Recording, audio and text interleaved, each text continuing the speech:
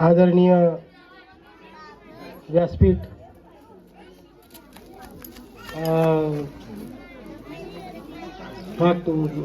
माझ्या केंद्राचे केंद्रप्रमुख सन्माननीय कनोजे सर, माझ्या शाळेचे शाळा व्यवस्थापन समितीचे अध्यक्ष सन्माननीय गोपीचंदजी सोनेवाले,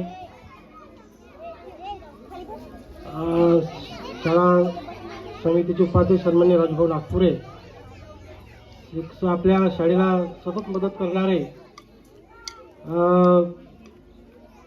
एक लक्ष गुरुजीसारखे ठेवणारे असे राजेशभाऊ भट, माजी सरपंच देवनारा, ह्या गावातील सरपंच सन्माननीय गोपीचंदजी पंदाम, ह्या गावातील उपसरपंच सन्माननीय कविताताई भट, ग्रामपंचायत सदस्य सन्माननीय बांबलताई, तसेच सर्व ग्रामपंचायतचे पदाधिकारी, शाळा व्यवस्थापन समितीचे सर्व पदाधिकारी, सन्माननीय सुधाकरजी कोरडे, पोलीस पाटील देवनारा, विभाताई घोनाळे, पोलीस पाटील गोवारी टोला, विविध कार्यकारी सोसायटीचे अध्यक्ष सन्माननीय मोहनलालजी भट, वन समितीचे अध्यक्ष सन्माननीय चंपालालजी भट, माझ्या केंद्रांतर्गत सर्व मुख्याध्यापक, पदवीधर शिक्षक आणि सन्माननीय राहंगाले सर, विशेष शिक्षक आणि सर्व शिक्षक वृंद, तसेच माझ्या गावातील आमच्या मुलांना ह्या वर्षी 26 जानेवारीला बॅग सप्टेंबर देणारे सन्माननीय मिश्रामजी, सर्व बसलेले आदरणीय महिला, माझे विद्यार्थी आणि विद्यार्थिनी, सरांनी सांगितलं की सर आम्हाला मार्गदर्शन करतील, तर मार्गदर्शनसारखा सांगण्यासारखा सर्व आदरणीय सर्व श्रोतेगण, सर्वांनी मला असं वाटलं की ह्या गावामध्ये एका वर्षामध्ये मी का करेन, एका वर्षामध्ये कोणाकोणासोबत ओळख करून घेईन, कमी वेळ मिळेल, का करायचं आहे गावासोबत नोकरी करायची आणि घरी निघून जायचा, पण ते काही जमलं नाही मला, थोडंसं करून दाखवण्याची उर्मी होती. मी जिथं जिथं नोकरी केली, प्रायव्हेट नोकरी केली 2 वर्ष 88 ते 90, ती संस्थेची होती. संस्थेची असल्यामुळे संस्थापक सोबत कसं राहायचं, कसं वागायचं आणि कसं प्रेशरमध्ये राहतो माणूस, ते सुद्धा बघितलं. त्यानंतर मला असं वाटलं की त्या संस्थेमध्ये राहणं बरोबर नाही. माझी इंटरव्ह्यू सुद्धा 19ला झाली आणि त्या काळी भाषण माझ्या कोणाला जाऊन राहिला. सन्मान्य श्रीकांत जिचकारजी होते. जिचकारजींनी 0 बजेट आणला आणि 0 बजेट आणल्यामुळे 100 बिंदू नियमावलीनुसार सर्व पदं भरायला सुरुवात केलं आणि मी ओबीसीमध्ये असल्यामुळे NT गटाचे ते पूर्ण असे असतात, महाराष्ट्राचा रोस्टर काढला आणि महाराष्ट्राचा रोस्टर काढत असताना भरता भरता मला 1.5 वर्ष लागलं नोकरी लागायला. मला वाटलं आता मला काही नोकरी मिळणार नाही, मला आता प्रायव्हेटमध्ये नोकरी करावी लागेल. तर मला 1.5 वर्षानंतर नोकरी त्याच म्हणजे 40 लोकांची इंटरव्ह्यू मेरिट लिस्टमध्ये फक्त 20 लोक घेतले, 20 लोक घेतले नाही आणि 20मध्ये त्या 40मध्ये मी काही बसलो नाही. आणि मग मला 90मध्ये 23 जुलै 90ला आदेश मिळाला आलेसूर. मला असं वाटलं आलेसूर कुठं आहे हे लक्षात नाही, मी ह्याच तालुक्याचा, तेवढं नॉलेज नव्हता गावाचं. आणि फुलकरी BDO साहेब होते. मी खूप प्रयत्न केला आलेसूर बदलवायचा, पण त्या शाळेमध्ये लोकच नाही, गुरुजीच नाही आणि त्या गावाला गुरुजी देणं आवश्यक होतं. पहिला रुजू झालो मी, मला सरळ सांगितलं त्यांनी आलेसूर लोहारापासून सुरुवात केली. लोहारा, कुर्वे आणि आलेसूर मी 3 गुरुजी गेलो. त्याच्यानंतर माझ्यानंतर 2 गुरुजी आले, 3 गुरुजी. मग असं येता येता आम्ही 9 लोक झालो. पण माझा मूळ काही लागत नव्हता. आलेसूरला गेलो. आम्हाला दुसरी, जसं आता इथं चौधरी सर आहेत, त्यांना समोरचं शिक्षण घ्यायचं आहे. मला तर असं वाटायचं की आपण परीक्षा द्यायची. त्या काळात ऑनलाईन काहीच नव्हता, मोबाईलही नव्हता, फोनही नव्हता.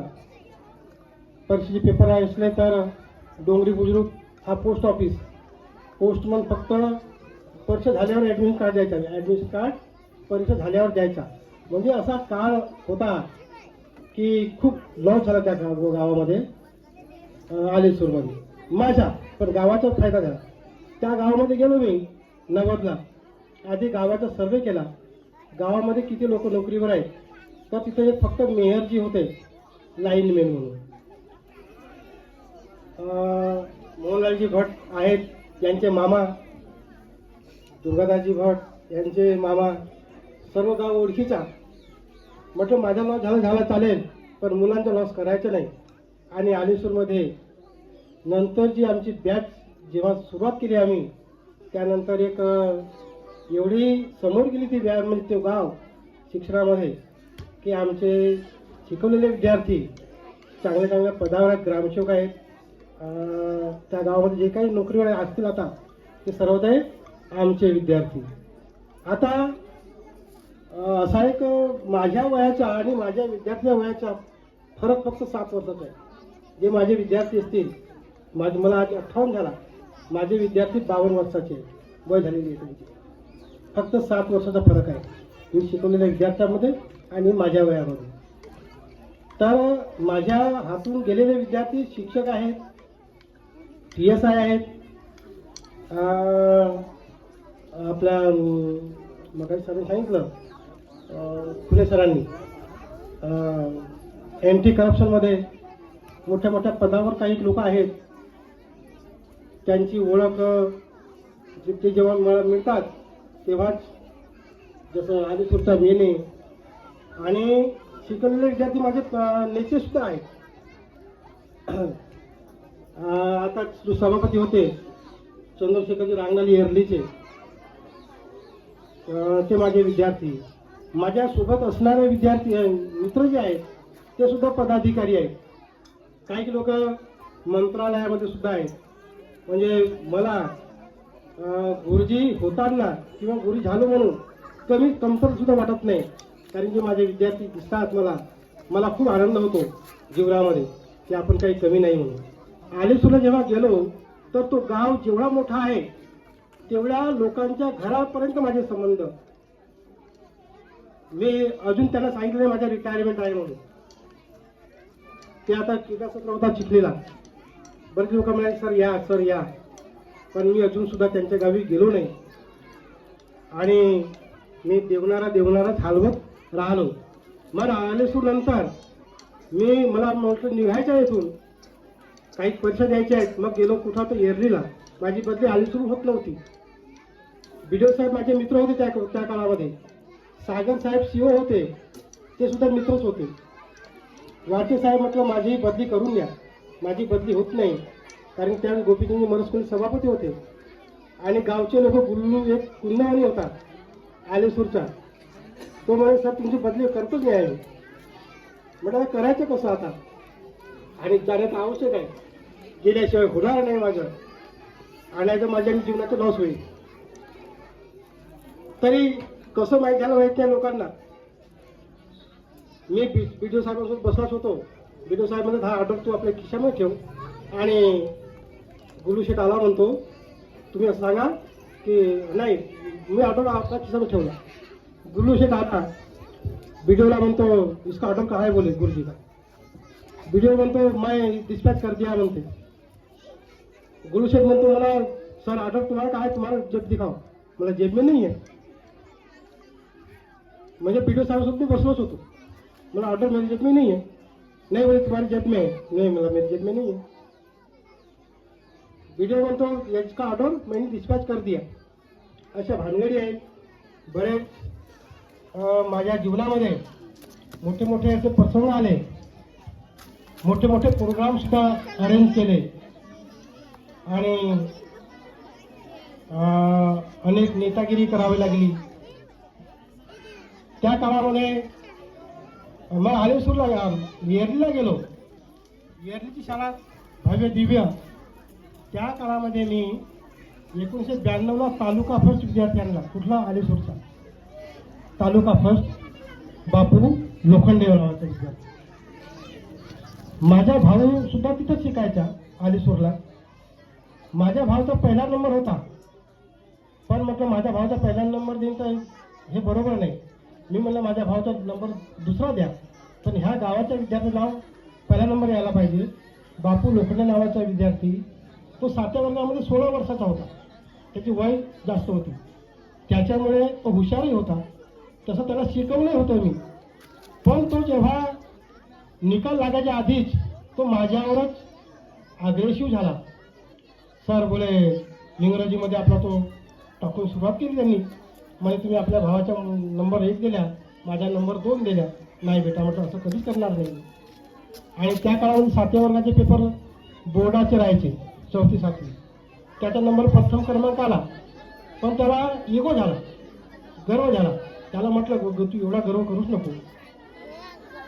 तो पाहत तो खालच्या लेवलवर आहे, त्यांनी आयटीआय केलं असेल मग. तर कधी इगो करू नये जीवनामध्ये. मग तो नरेश कोरोडे नावाचा विद्यार्थी माझा, तो मिलिटरीमध्ये आता. तर तो सुद्धा माझा विद्यार्थी. पण तर त्या गर्वामुळे तो बापू लोखंडे नावाचा विद्यार्थी मागे पडला, बाकी विद्यार्थी समोर गेले. नंतर गेलो मी येरलीला. येरलीची अशी कंडिशन होती. हा, त्या विद्यार्थ्याचा सत्कार झाला कुठं? येरलीला 92मध्ये. मग 92ला मी येरलीमध्ये सत्कार व्हायचा त्याचा झाला. तर मला ती शाळा आवडली येरलीची. व्हिडिओ साहेब तुला शाळा कोणती देऊ? तर म्हणलं हसारा त्यांनी येरली द्या. त्यावेळी हसारा चांगली शाळा होती. त्या प्रायव्हेट शाळा नव्हत्या, सर्व झेडपी शाळा होत्या. मग त्याच्यामुळे चांगल्या होत्या. फक्त येरलीला शाळा प्रायव्हेट होती. आणि प्रायव्हेट शाळा असताना मी येरलीला गेल्यानंतर तिथं गुरुजी 14 होते. पण ज्यावेळी 95ला गेलो त्यावेळी भरती करत नव्हते येरलीच्या शाळेमध्ये झेडपीच्या.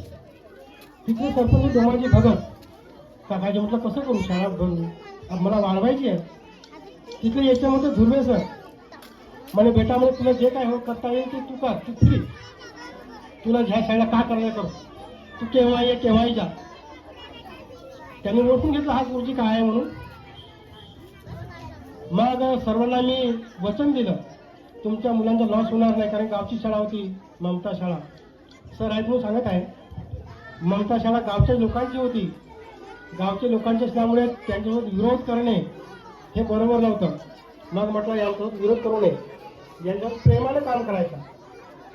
तर ती शाळा 350 विद्यार्थीवर आणली मी म्हणजे मी एकटा नाही, टीम वर्क असतो तो. तर टीम वर्कमुळे ज्या 18 विद्यार्थी भरती होत नव्हते ती शाळा 350 विद्यार्थीवर आली. सर्व सेक्शन 2-2 व्हायचे होते. तर असा प्रवास करत असताना जीवनाचा अनेक अनुभव, कटू अनुभव, चांगले अनुभव. पण त्या गावासोबत मी मात्र कटू अनुभव दिला नाही. गावामध्ये राजनीती सुद्धा केली नाही. शाळा राजनीतीमध्ये जाऊ दिली नाही. शाळा ही सर्वांची, गुरुजी आम्ही सर्वांचे. तुम्हाला नेतागिरी करायची असेल, पार्टी करायची असेल तर गेटअप आहे. काही आतमध्ये आलं तर इथं पक्षपात चालणार नाही, पार्ट्या चालणार नाही. आणि ह्या पद्धतीनं आम्ही आजच्या जीवात आतापर्यंत शाळा आम्ही चालवली. आता त्याच्यानंतर अनेक शाळा माझ्या झाल्या. एक विरली बुजुर्ग सुद्धा होती. विरली बुजुर्ग लाखांदूर तालुक्यामध्ये आहे, मोठा गाव आहे, श्रीमंत गाव आहे. मला वाटलं त्या गावामध्ये गेल्यानंतर मी कुठंतरी कमी पडेल, मला असं वाटलं. आणि माझ्या जीवनाचा प्रवास सुद्धा सांगतो. मी 1992 पासून सर्व याच्यामध्ये राहिलो. एचएम जरी दुसरा राहिला तरी ती शाळा माझी आहे, माझी शाळा कमी पडू नये, साहेबांनी माझ्या शाळेवर बोट ठेवू नये, ह्याच पद्धतीने मी वागायचा. मग शाळेची वेळ असो. बेटा, मी असे गुरुजी बघितले माझे एचएम की 10 वाजले प्रेयर सुरू झाली तर घरी जायचे, आणि जेव्हा एचएम 10च्या नंतर घरी जातो तर दुसरा गुरुजी येऊ शकत नाही शाळेमध्ये. असं सुद्धा गुरुजी पाहिले. त्याच्यामधला आणि सुद्धा जे गुरुजी होता नरेंद्र वासुदेव उरकुडे, ते आता रिटायरमेंट होणार आहेत, आता ते आहेत, ते केंद्र प्रमुख आहेत. तर असे सुद्धा गुरुजी आहेत नियमाचे. आज ते नियम, ते कठोरता आज नाही आहे. आधीचे गुरुजी खरोखर कडक शासन ठेवायचे, पण त्या काळामध्ये पद्धती सुद्धा वेगळ्या होत्या नापास करण्याची, म्हणून सुद्धा ऐकायचे. आम्हाला 2002 पर्यंत गुरुजी हा असं वाटायचा. आणि माझ्या काळामध्ये आयुष्य असो, इयरली असो, इयरलीमध्ये सुद्धा माझा वर्ग तालुक्यामध्ये जेव्हा फर्स्ट आला तेव्हा अनेक अधिकारी यायचे वर्ग तपासायला. माझे मुलं सुद्धा हुशार होते. माझे वर्ग सुद्धा, माझ्या वर्गामध्ये टेबलाचा हा कपडा सुद्धा इकडे होऊ देत नव्हते मुलं. माझे अभ्यासाला बरोबर बसायचे. मी जेव्हा कुठे बाहेरही गेलो तरी माझे मुलं बरोबर अभ्यास करायचे. त्या सर्वचे सर्व मला वाटते 70% मुलं इंजिनियर. तिथले झाडलीचे मुलं जास्त. झाडली गाव आहे तिच्या बाजूला. याची सुद्धा असं बॅच माझी ते आशिष पारधी, कटरे, मुकेश, ही बॅच माझी. कारण जीवनामध्ये मी वेगळी बुजुर्गला गेलो. मला असं वाटलं मी कमी पडेल. मी अपडाऊन करत 100 किलोमीटर. आमच्यातली मॅडम म्हणजे 7-7:30ला जेवण करून जायचा. वेगळी बुजुर्गला गेल्यानंतर तिथे लोक मला म्हणाले, मग बघितलं त्यांनी 6 महिन्यातच हा विकास जो करतो आपण शाळेचा, हा एकटा एचएम करू शकत नाही, एचएम किंवा निवड गुरुजी करू शकत नाही, किंवा गावही करू शकत नाही. जेव्हापर्यंत मुख्याध्यापक, सर्व शिक्षक आणि गावाचा सहकार राहील तेव्हा शाळा समोर जाईल, नाही त्याच्याशिवाय समोर जाऊ शकणार नाही. त्या गावाने मला सांगितलं, सर म्हणे, माझ्या शाळा व्यवस्थापन समितीचा अध्यक्ष होता बळीरामजी पवनकर, ते दिवसभर माझ्या शाळेत राहायचे. आणि हा झाड इकडे तिकडे 6 महिन्यामध्ये ती शाळा एवढी डेव्हलप झाली. 6 महिन्यामध्ये लोक यायला बसले शाळा बघायला, जसे मुबारक सैद सर आहे तसं. त्यानंतर ते आता मी रिटायरमेंट होत आहे म्हणून ते माझ्या घरी सुद्धा आले. मॅडमने सांगितलं, मला वेगळी बुजुर्ग लोक येऊन राहिली, त्यांना माहिती आहे की मला मी माझ्या रिटायरमेंट 31 तारखेला घरी आले. 4 व्हीलर करून आले ते बिचारे. मला त्यावेळेस वाटलं की म्हणजे मला स्वतःची किंमत वाटली नाही, पण त्यांना किती माझी किंमत आहे त्यावेळेस मला समजलं. जसं आज ह्या देवळामध्ये सुद्धा जेव्हा माझा सत्कार, मला असं वाटलं एवढा हे मंडप करतील, हे एवढं करतील, आणि सगळं सांगितलं नाही, माझं सत्कार काही करायचं नाही असं विचारलं.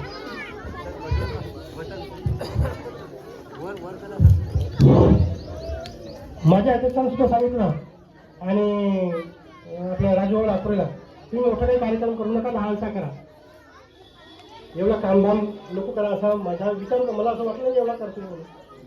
पण ह्या 1 वर्षाच्या काळामध्ये इथं आलो, बघितलं, कोणी सरांनी सांगितलं ही शाळा अशी नव्हती, पैसा आलेला होता, पण इथं वॉल कंपाऊंड नाही, वर्ग बरोबर नाही, जिथे तिथे कचरा. ज्याही शाळेमध्ये गेलो मी निवड कचरा काढण्याचं काम केलं. मग ते इयरली असो, विरली बुजुर्ग असो, विरली बुजुर्ग शाळा सर आदर्श शाळा आहे. विरली बुजुर्ग तिथले जे जुने रजिस्टर बघत होतो मी, एवढे फोटो काढण्यासारखे अक्षर होते जुने, एवढा साठा होता की ते पूर्वी पाहू शकले नाही. तिथलं ऑफिस चेंज करणे, शाळा चेंज करणे, तिथली शाळा चेंज करून टाकली मी. पण कोणताही गावाचा माणूस आला नाही की सर आमच्या मुलांसाठी कामं सांगता म्हणून. एवढा गाव तो चांगला श्रीमंताचा गाव आहे तो विरले. तुम्ही कधी गेले लाखांदूर पवनी रोडवर आहे. शाळेसाठी निधी जेव्हा द्यायला बसले, मागायला गेलो, ते एवढे निधी द्यायला बसले. मग मी आपल्या गुरुजींनी सांगितलं, काय एवढे निधी देऊन राहिले, तुम्ही ही निधी जी येऊन राहिली ते तुम्ही स्वीकारायची आणि ती टिकवून ठेवायची. मी लांबचा माणूस आहे, मी एवढं करू शकणार नाही, फक्त तुम्हाला मी गाईडलाईन करेन. तिथले गुरु चांगले, तिथे GM वंजारी आहेत, आता या विरली बुजुर्गला सर म्हणजे तुम्ही फक्त टेबल सांभाळा, आपली सांभाळा, बाकी आम्ही सांभाळतो. BSc प्रकाश पारधी म्हणून आहे, 3 गुरुजी पदवीधर आहेत तिथं, आणि मी दुसरे गुरुजी होते, चांगले गुरुजी होते. मग मी माडगीला गेलो. माडगीचं सुद्धा 2 पेट्या, माडगीमध्ये असता उदय आहे, 2 पेट्या उदय मी खाल्लं. पण त्या HMनी आणि त्या मॅडम लोकांनी किंवा गुरुजींनी काय पाहिलं नाही. पंचनामा केला जाता बरोबर, म्हटलं इथे किती सामान होता, का होता हे माझ्याकडे लक्षात नाही. पण या 2 पेटीमध्ये सुद्धा सामान पंचनामा केला, काही अवशेष होते आणि बाकीच्या अलमाऱ्यांना काही पाहिलंच नव्हतं, ते उदय भरपूर लागले. तर असा जीवनाचा प्रवास आहे की ज्या ज्या शाळेमध्ये गेलो, इथे जेव्हा आलो जेवणा शाळेमध्ये चव्हाणकर, तुमच्या शाळेमध्ये जेव्हा मी आलो, मला वाटलं ही जेवणा शाळा अशी नसेल. पण जेव्हा चौधरी सर, घुगे सर, वाडी बसवे सर यांच्यासोबत जेव्हा बघितलं इथलं सामान, तर इथलं असं सामान होतं, भरपूर सामान, काही कामाचं नाही तोही होता. कामाचाच ठेवला आणि बाकीचं सर्व बाहेर टाकला. आपण त्याला पूर्ण साफ केली इथली शाळा सुद्धा. चला असो, माझ्या जीवनाचा प्रवास थोडक्यात मी सांगण्याचा प्रयत्न केला. ह्या नोकरी करत असताना सुद्धा माझ्या जीवनसाथीच्या अर्धांगिनीचा सुद्धा महत्त्वाचा वाटा आहे. त्यांनी कधीही मी ज्यावेळेस म्हटलं त्यावेळेस त्यांचा स्वयंपाक तयार असतो. मी सरळ सांगतो, मी जेवण करून आलो. सकाळी शाळा असते तरी मी कधी कधी काही तरी नाश्ता करून येतो. माझ्याकडे एक मुलगी, ते पुण्याला आहे, तिचा लग्न झालेलं आहे, नातू सुद्धा आहे. हा माझा मुलगा, हा सुद्धा TCSला आहे. मॅडम ICDS बालविकासला आहे, मोहाडी तालुका. तुमच्या तालुक्यावरून गर्दी झालेली आहे आणि तुमचा तालुका होता आता मोहाडी तालुका. आता याच्यानंतरच जीवन तुम्ही सर्व मला शुभेच्छा दिल्या. तुमच्या शुभेच्छाच्या गाठोड्या मी घेऊन समाजकार्य आणि स्वतःचं कार्य जे माझे अपुरे काम पडलेले आहेत भरपूर घराचे सुद्धा, मला भावांच्या जमीनसुद्धा वेगळी करायची आहे. बरेचसे कामं पडले गावातली. समाजामध्ये मी जाऊ शकलो नाही, शाळा बंदच राहिलं. मला समाजाची सुद्धा कामं करायची आहे, गावाची सुद्धा कामं करायची आहेत. रमेश भाऊ पारधी मिळाले त्या दिवशी जिल्हा क्रीडा क्षेत्रामध्ये. आमच्या मॅडमला म्हणाले ते म्हणे सर रिटायरमेंट आणि माझाही रिटायरमेंट. शिशुपालजी पटले, रमेशजी पारधी माझे मित्र, सोबत शिकलेलो आम्ही.